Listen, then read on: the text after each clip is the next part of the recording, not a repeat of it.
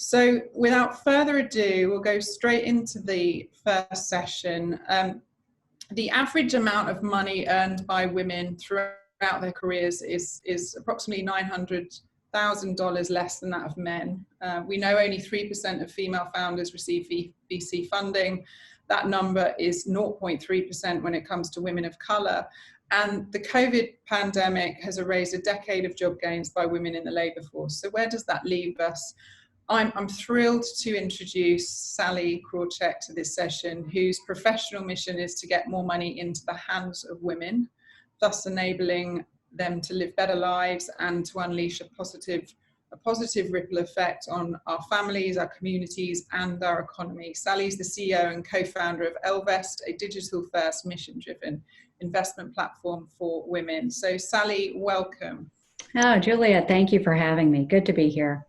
Great to see you, Sally. Thank you for being here. First off, let's address the title of this session. What does the landscape look like right now for funding and investing in women and minorities? I think it was, it's sort of the best of times and the worst of times. It's in a way the worst of times because of the statistics you just shared. And in fact, you started with, as so many people do, the gender pay gap, that 82 cents to a man's dollar, much less for women of color, slowly moving in the right direction. But very few of us are talking about the more important, to my mind, money gap, which is the gender wealth gap, which is 32 cents to a man's dollar. So pay is what we earn, wealth is what we keep and have. It's been moving in the wrong direction. And with the pandemic is moving even more quickly in the wrong direction. And that's true whether, women have been losing their jobs at a disproportionate rate. And it's also true for women who are privileged enough to work from home, where we are losing productivity while men are gaining productivity. You hear the men sort of like, oh my gosh, I'm getting so much more done now that I don't have a commute.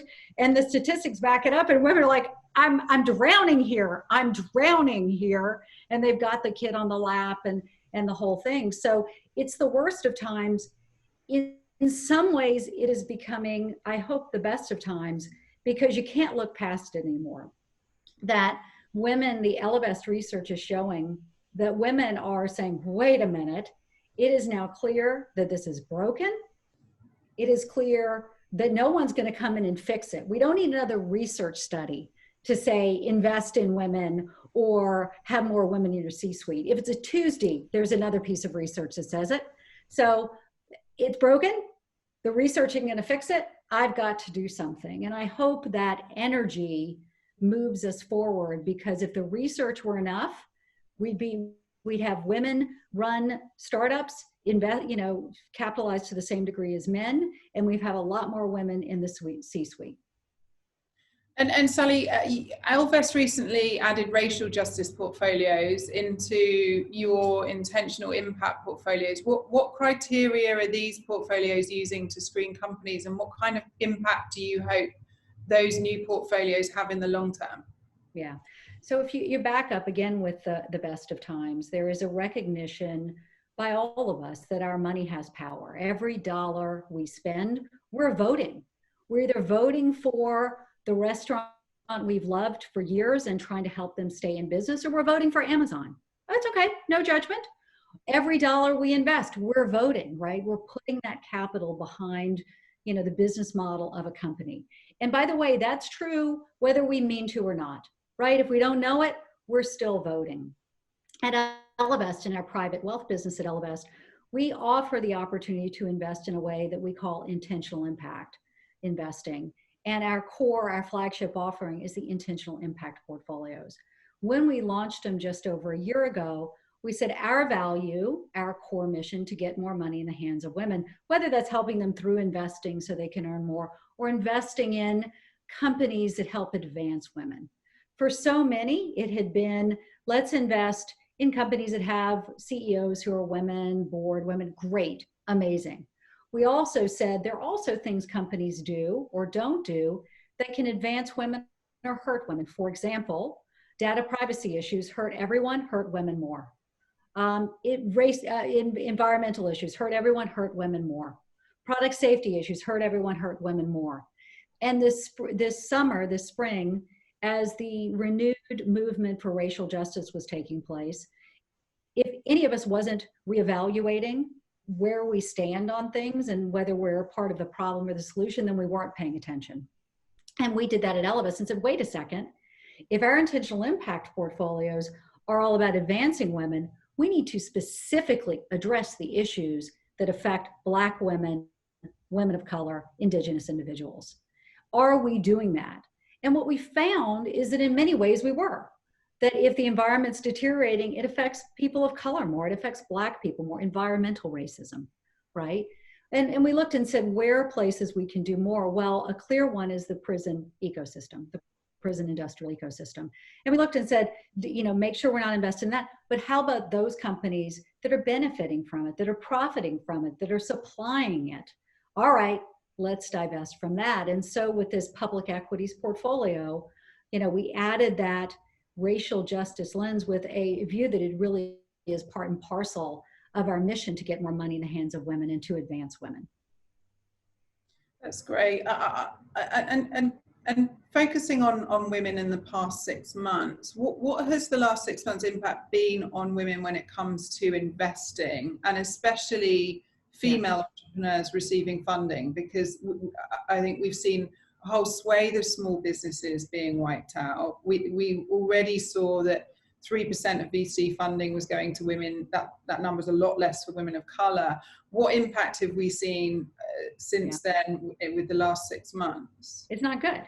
I think there's research out from the All Raise group of female women venture capitalists that shows that the funding has dropped overall, but has dropped for women more. This is pretty typical, unfortunately, of these types of dislocations where those who have less lose out more.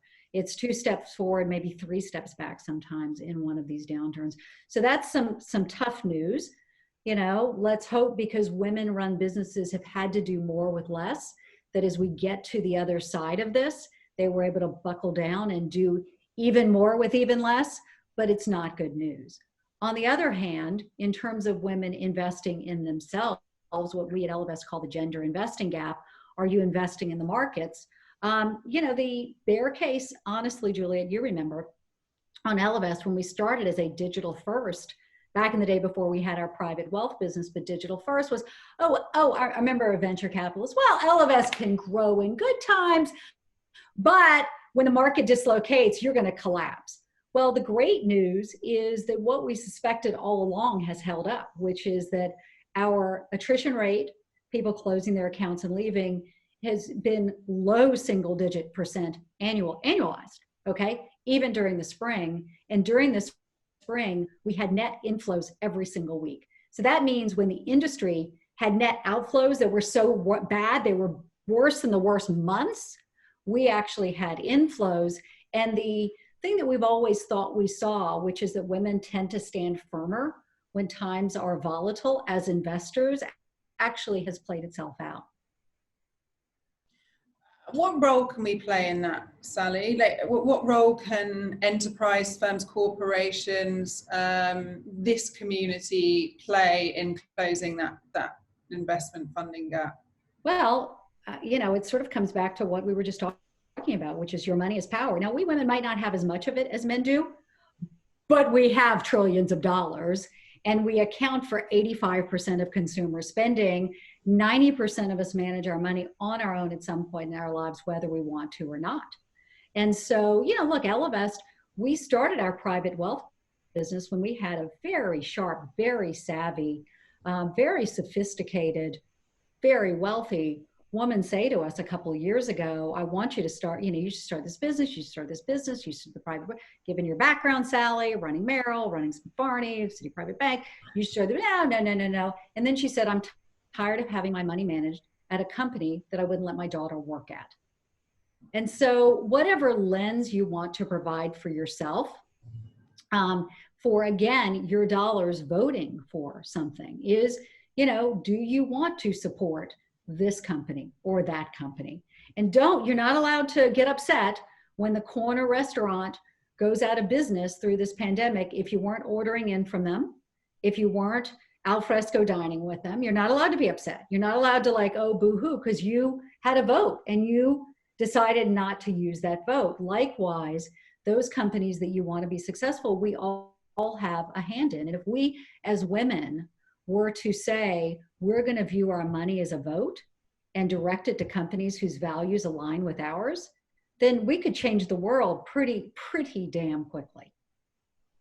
I love that. And a warm welcome to those that have just joined us. We're speaking with Sally Krawczek, CEO and co-founder of Ellevest, on what the landscape looks like right now for investing in women and minorities. Sally, Ellevest's core mission is to get more money in the hands of women. So, and you touched on some of the real present challenges we have right now with working mums and the work from home environment. So how do we do that right now with women being hired back into the workforce at a slower rate than men? Well, we look, first of all, I don't think we fully recognized how bad this is, where you've got a double-digit % of women saying they feel like they're going to have to leave the workforce because of the demands of home. The destruction to our economy, or at least the measured economy, if that happens, just, no one is really speaking about at all. And as mentioned earlier, for those who just joined, what you have is women whose productivity is being hit if they're privileged enough to work from home, whereas men's productivity is going up.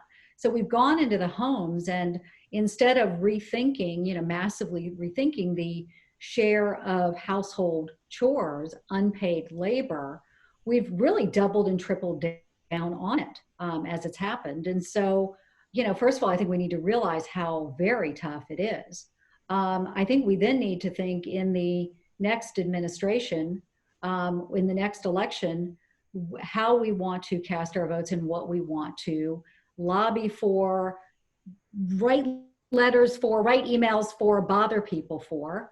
My vote coming out of this is how in the world we don't have a mandated paid parental leave as the richest country in the history of the world. And given that that's where the wage gap really kicks in, the fact that we don't have this. So I think we need to be thinking about what are the structural changes that are needed on the other side. Now, if you're an individual and you're in this situation, I think you got to do what you can do.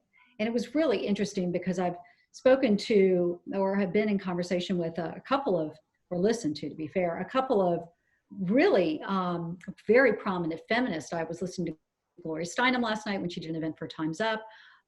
Listening to Teresa, who's the head of the Ms. Foundation. And it was interesting to hear these feminists talk about self-care.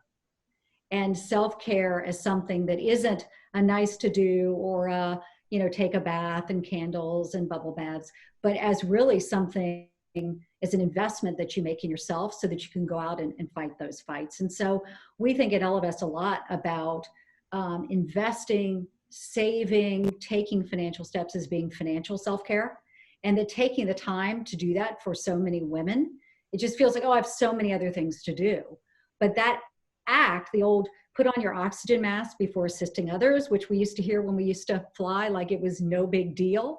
The self-care and the financial self-care, the spending time on the money to get yourself in a shape on the other side, where you had, when we're back to normal, whatever that is, you've got some financial degrees of freedom, is something that I know we've all got lots to do, but is a really important use of time.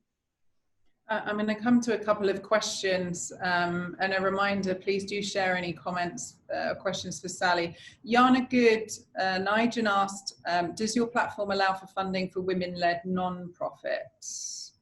Well, and in fact, we don't, no, it does not. And, we're not, a lot of people do think of us as a crowdfunding organization. Our core, we're an investing business. And so we invest in our digital business for our clients in ETFs that we manage for them in order to help them achieve their goals. And in our private wealth business, we invest also in alternatives, et cetera, public equities as well, of course, our core intentional impact portfolio. And in doing that, for those who so choose, we can invest in some cases in women-run businesses and very often in companies that help advance women. Thank you. And a comment you made on sort of voting with our wallets. Graciela, she said, "Help me properly attribute the quote as it chilled her. I'm tired of giving my money to companies at which I'd never let my daughter work." That quote was, "I'm tired of having my money managed at a company I wouldn't let my daughter work at." And are you able to elaborate? Well, I mean, I'm not going to tell you who her firm was, but let's just say it was when she elaborated and she began to ask some questions. It was at a company that still required their employees to sign non-disclosure agreements and to go to arbitration in the event of sexual harassment, which did not align with her values. It was a company where she felt like there were some hidden fees, which didn't align with her values, that were not well disclosed. And it was a company at which her financial advisor, and this is actually a pretty well-known, pretty successful individual. And she said she couldn't believe it that it was probably 2018 or so, that their male financial advisor never would look her in the eye. And that she would go in with her less well-known, frankly, less wealthy husband. And he would spend the whole time talking to him, and she would be made to feel like a dope. And she said, "How have I done as much as I've done and felt as, been as successful as I've been? And, because it's numbers, I'm made to feel like sort of a dope." Which actually, by the way, gets to a broader issue that we're fighting at Ellevest that's probably worth bringing up, that the root cause of some portion of this wealth gap is the fact that we do tend to, as a society, still talk to girls and boys and women and men differently about money. Or maybe one should say talk at them differently about money. That we all know the male money media, whether it's CNBC or Bloomberg or Cranes or Barron's or whoever, there is no female money media. When articles are written to women about money, something like 2/3 of them are about how hard it is and how difficult. It doesn't have to be so hard. Financial planning doesn't have to be very, very hard. And I don't have the statistics, but it feels like the other 1/3 of the time it's patronizing. Take this money quiz. Are you a Gary or a Miranda when it comes to money? And look, we're all strong people. But if you're given a message often enough, you oftentimes say, you know what, maybe that message is right. Particularly, by the way, here's another alarming factoid, which is that girls today get lower grades in math for the same answers as boys. And so our society ingrains in all genders that they're good at math, we're not so good at math, and there's a really corrosive effect to it. I'm intrigued. What advice would you give to parents that have sons and daughters around the money and investing talk? Yeah, a lot of people say, "Well, what should we tell them?" It's what you show them.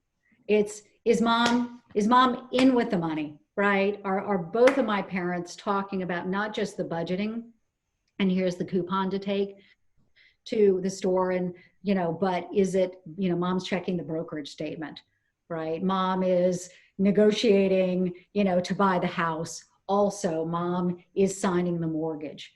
It's just left over from when dad brought home the bacon and mom, fried it up in a pan, that those relationships were set and still, so deeply embedded for so many of us. Sally, thank you. Before we close out, I want to ask, what steps do you think we can all collectively make to power forward in 2021, given this environment that we're now in?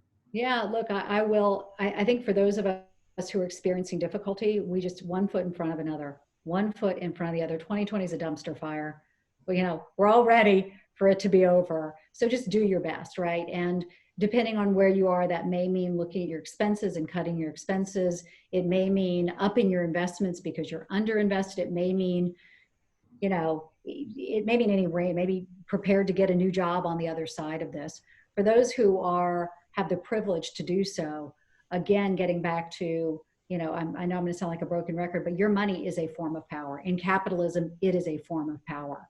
And for those who are fortunate enough to be able to place some votes with their money, it is worth sitting down and really thinking about what those votes are that you are placing. Every dollar you spend, every dollar you invest is supporting something. Make sure it's supporting what you want it to.